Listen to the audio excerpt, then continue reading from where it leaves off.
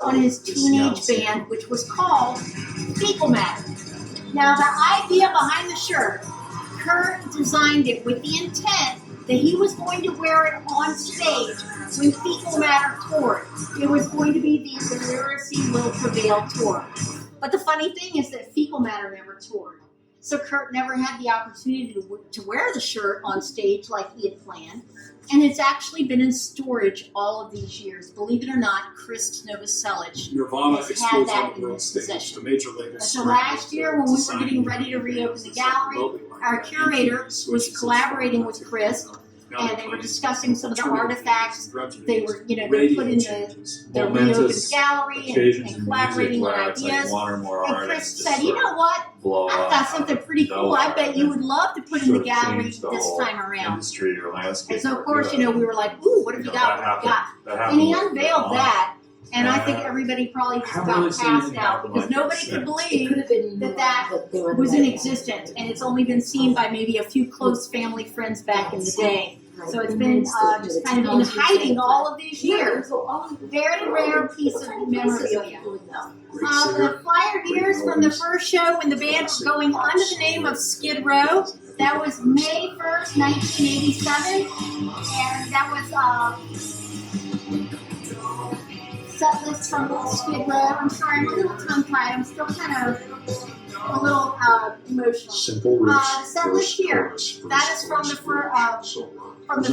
Ooh, my goodness. Let's try this again. Early Skid Row set list, also from 1987. A lot of the songs ended up on the Bleach album and the Incesticide album. And then the photos over here in the bottom corner, these are from the first show after they changed their name to Pen Cap Chew.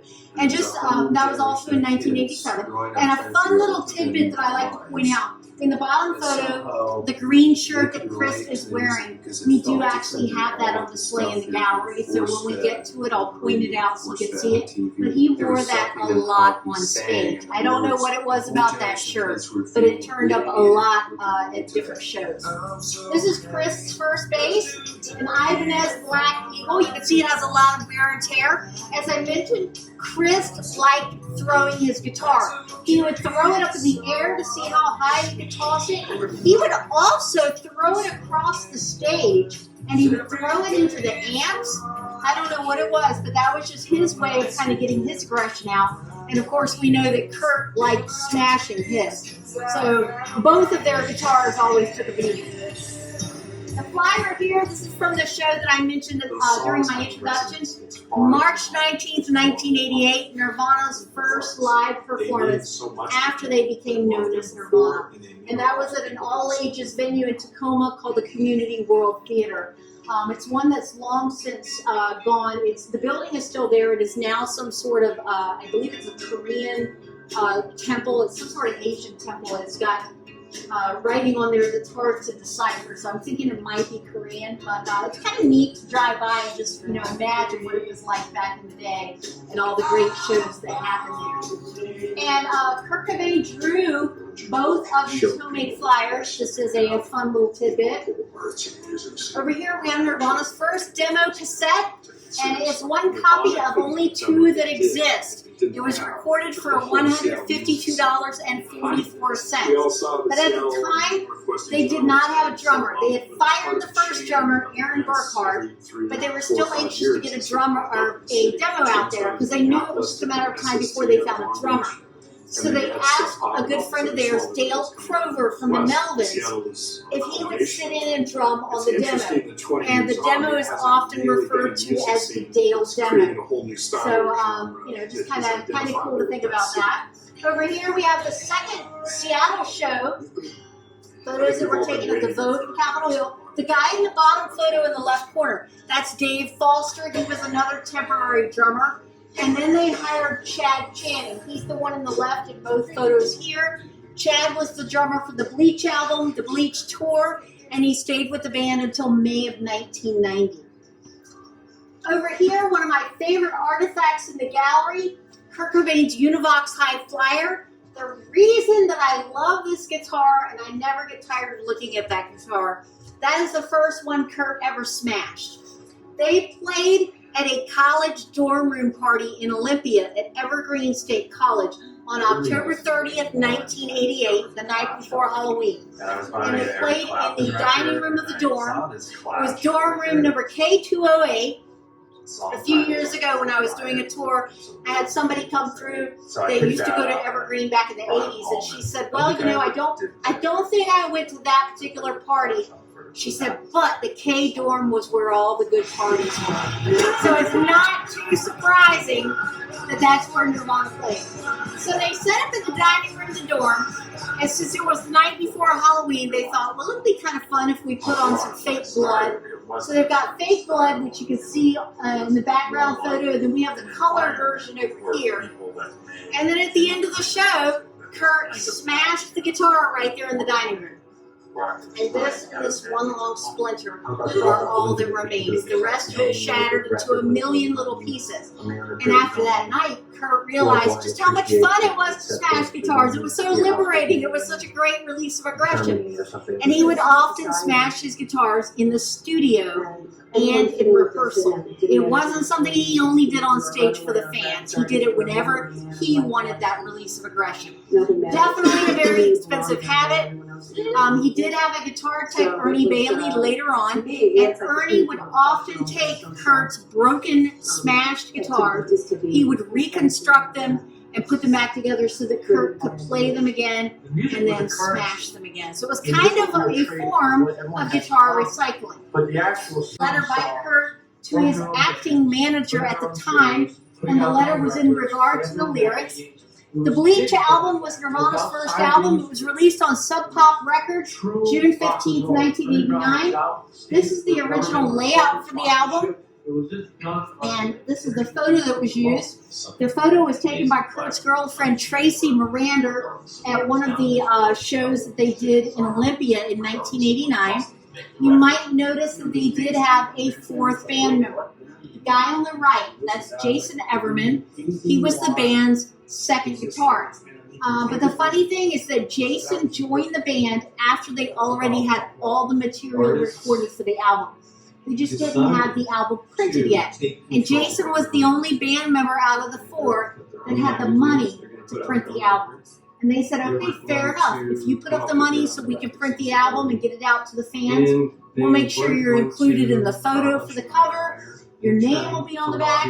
So if you flip the album or the CD over, you're going to see all four band members on the back, and you're going to think, okay, everybody played on this album. Jason didn't play any of it.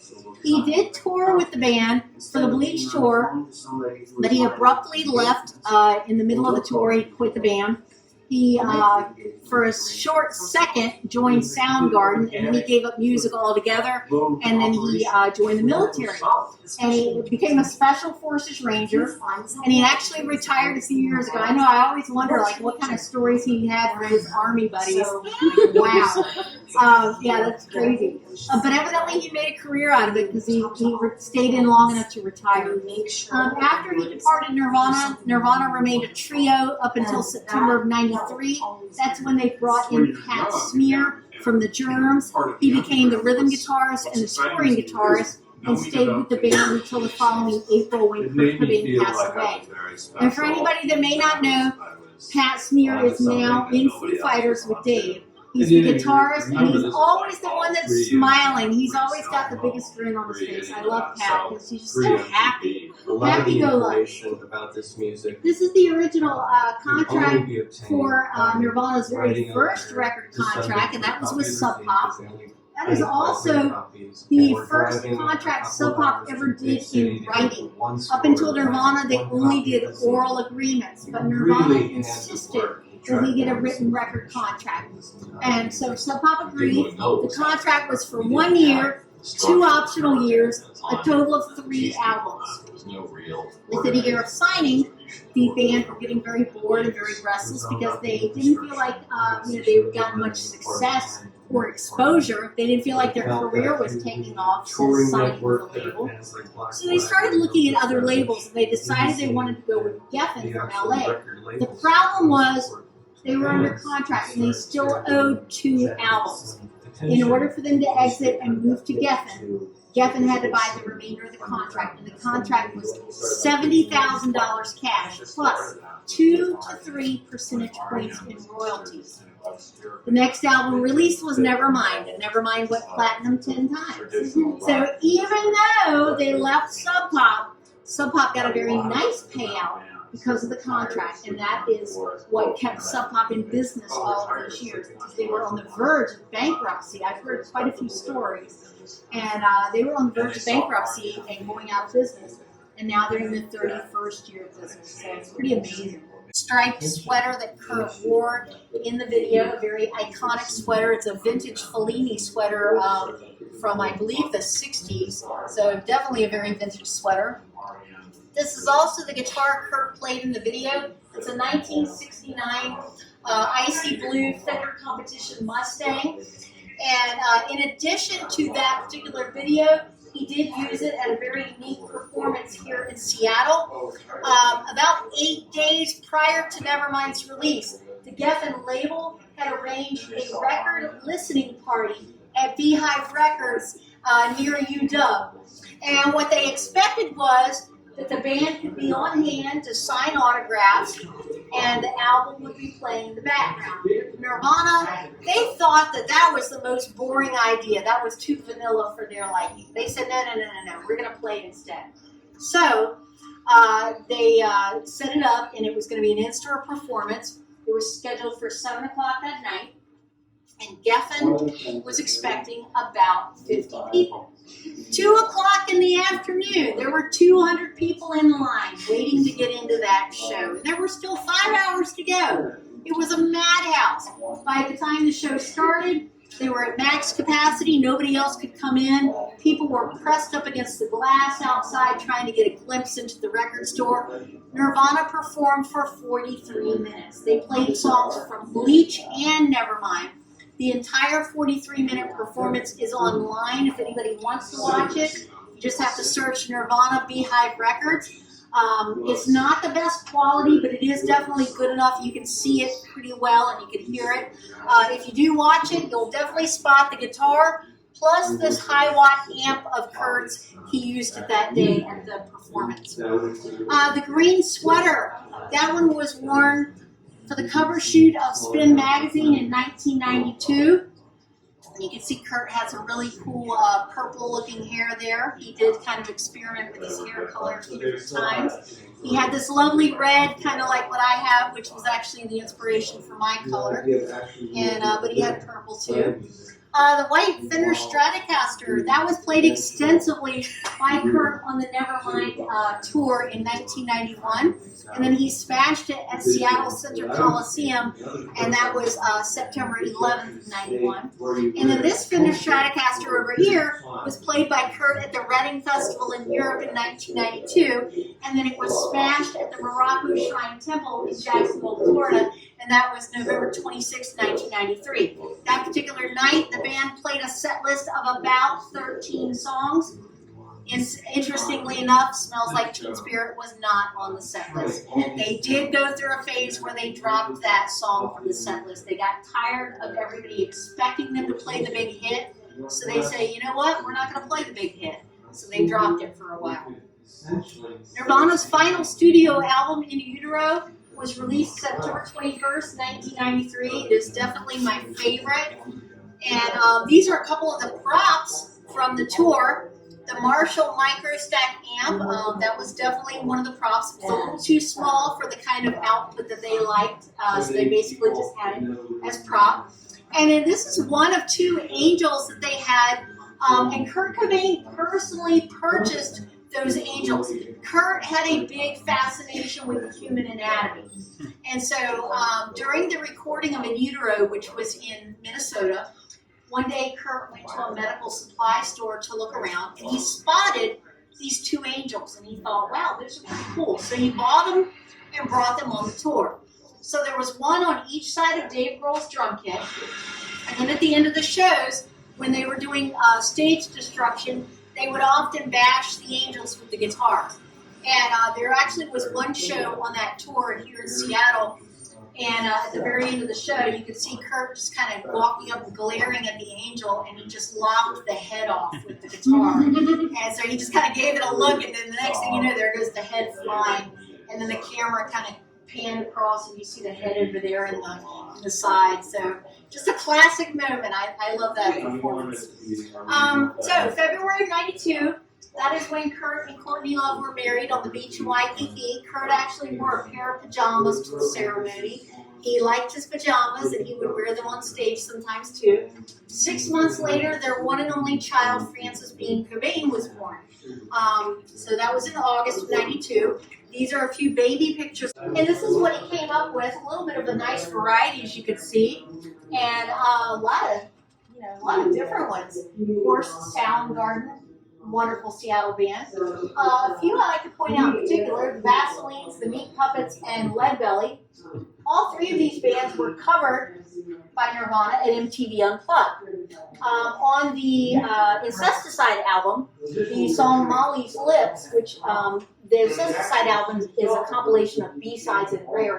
And it started out as a very small tour, and I expanded it a lot over the years because you would not believe they just kind of wanted me to point out a few certain artifacts, and I thought, wow, there's over 200 in here. How can I just kind of gloss by and talk about like 12 things? And you know, I mean, I'm leading tours through, and people are looking, and they're like, why are we passing this? What's the story with this? And I'm thinking, oh, man, you know, we can do better than this. So it's developed a lot over the years, and I'm kind of the person that's always doing research and everything, because I am a big fan. So whenever I see something or read an article or hear an interview, the first thing I do is say, oh, wow, where can that go in the tour? So it's definitely grown a lot over the years, and I really am surprised I'm not crying right now, but I guess that's a good thing.